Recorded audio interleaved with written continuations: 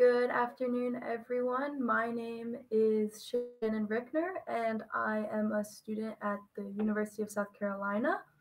This is PASOS's new video series called Pregúntale a la Poli, where we will be interviewing a number of Columbia City police officers to hear more about what they do and their involvement in the community. So thank you guys for joining us today. Today we have Officer Jose Arvelo with us. He is a veteran of the South Carolina Coast Guard, and he is a 13-year police officer in the city of Columbia. He currently works for the University of South Carolina Police Department, and we are so happy to have him here today. Thank you for joining us.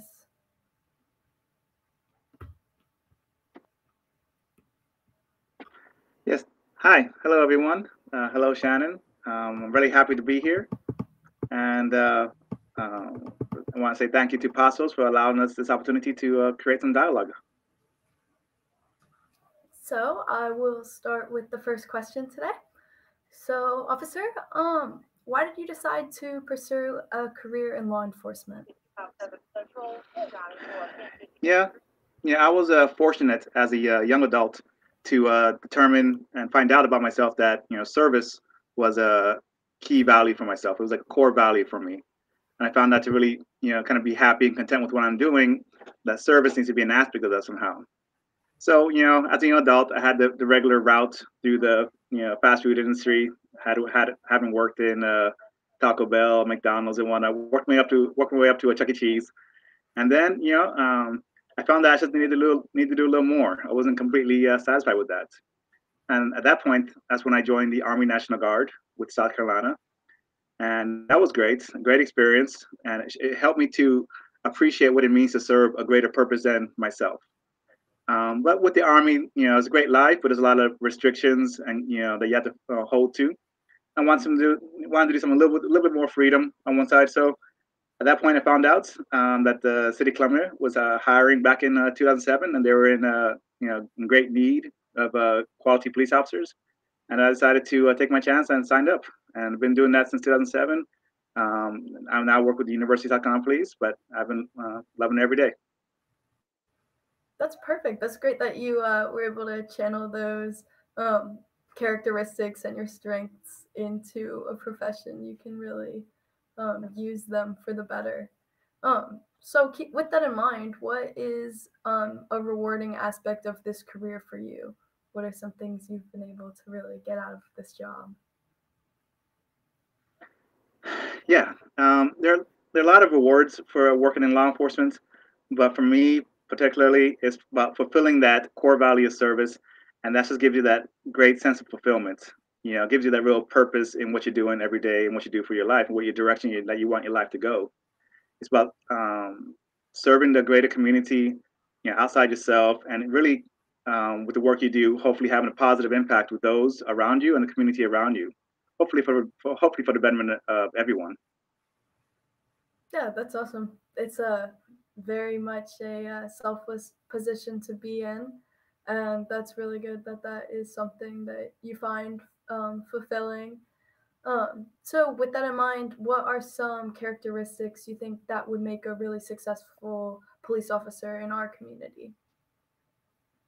Yeah, like I said, been in law enforcement for about 13 years, and I've seen a lot of people come and go in law enforcement. I've worked with so many great officers, and I found people have the different reasons for being in law enforcement. But I found that for the ones that really stand out, for the ones that really feel happy about the job, are those that who do it for a selfless reason, having that selfless service to the community. If you're in a job for your own ambitions, for your own, for your own ideals and trying to get by for yourself, that'll get you far and you do well, whatnot. But for those who really live for others and look to serve and look for the betterment of others, that's what really helps to, I think, make go from a standard police officer to an amazing police officer. It's just the idea of working with others, working with the community to help better lives of everyone around you. It's a really community-centered position, you'd say? Definitely. And and that, it's just about being part of the community. There should be no separation. You want to remove the barriers between law enforcement and the community. It's the community who serves, and it's the police who serve the community. Is all hopefully intertwined. So it's not just separate entities here. We're talking about the community working and building, each other up. That's a really good perspective. I really like that connection. So, besides responding to calls, what else do police officers do in our community? Yes. This varies between different agencies. The biggest priority for a lot of agencies, for most agencies, will be the calls of service. Basically, someone calls 911, you want a unit available to go and answer that call of service. That's going to be the priority for a lot of agencies. And some agencies, they're very driven by just that. Other agencies, you may not have so much call of service. So what I've seen in the last about 10 years, you've seen a slight change to the mission, from agencies toward the community, and you see more community-based or community-oriented policing is what they call it. One, and that's just about there and making all the arrests possible, making all the making tickets and doing fines and statutes and whatnot, enforcing all laws possible. It's more community-driven, meeting with the community members, organizing with them, determining what the community's needs are and responding to those needs and their concerns. It's much more open, less stat driven, and more community oriented. That's good to know. That is really good to know. So say if I had an issue I wanted to report that wasn't necessarily emergent, could I still be in contact with you guys? Could you guys still help with something like that?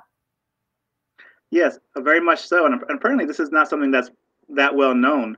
A lot of people think that the only way to talk to a police officer is call 911, and they don't feel that's really necessary because maybe it's not a complete emergency. Like you need people running with licensed siren toward you. So there are numerous ways to get in contact with your agencies that provide service to you. And the first one, the easiest one, is just calling that non-emergency number. And those I was able to find those numbers for both Richland County and for Lexington County. And what you want to do, if anytime you want to just speak to an officer about a concern that you may not think is immediately endangering anyone or really immediate emergency, or maybe you just like to find out in your community who patrols your areas and maybe find out what resources are available for those areas, you can call those numbers and they can get you in line with someone that can help out. That's actually really good to know. That's something I personally didn't know about Columbia's police force, and that's definitely something I could use every once in a while. Yeah. So how can the law enforcement community better engage with the Spanish-speaking community in Colombia, in your opinion? Yeah. One of the clear, and for one I've seen in my own professional experience, one of the biggest kind of hurdles or obstacles when it comes to engaging with the Spanish community is that a lot of officers, unfortunately, due to the environment, they just don't speak Spanish, and they feel that that's pretty much a wall keeping them from engaging appropriately with the community. So they go and answer calls of service and whatnot, but as far as engaging and going to that community-oriented policing, they find it difficult to do so. So, but if I was, what I tell officers is that don't let that keep you from, seeing to your duties to that community. Language might be a bit of a barrier, but there was, hopefully you can find people within the community that can help you out and can lead you and guide you, because everyone should be afforded the right of a proper policing, agency. Yeah. No one should be denied, and no one should be held back from the proper police services. And that's what I really want to stress with this partnership with PASOs. So the best way for law enforcement to do that is to engage with the community. And that's when officers just need to not only respond to calls of service, but also meet the community leaders, find those community engagements, which a lot of agencies do already. There are specific programs with City of Columbia and Richland County, I've seen it from Lexington County as well, where they make these little outreach programs to the communities. And the pandemic has made it kind of hard to do so recently, and that's understandable. Yeah. But hopefully, in time, they can start moving toward that again. But again, just unfortunately, if you find that you don't know the officers in your area, it's best just to make a call, give a call into that agency and says, hey, what can we do to meet with these officers? How can we get someone involved here so we can meet them on a face-to-face basis and hopefully get to know the officers in the area? And that would kind of allow the officers to come in instead of feel like there's a wall of the obstruction of the language barrier. We do that, we can bring people together, and that's how we create dialogue, and hopefully from there create trust. Yeah, that's a great point to make. I think personally for me, I would be a lot more likely to call for a situation I had if I didn't feel like there was that barrier or I felt comfortable with the people I knew were joining us. So you definitely make a good point for that. So in your opinion, do you think there's anything that police officers can partner with PASOs to educate the community for, whether it's through this series or another form?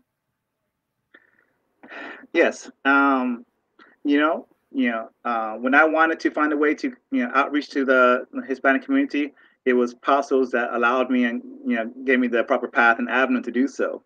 And that's what we want to do. We want officers to engage with the public, and PASOs provides that opportunity, hopefully.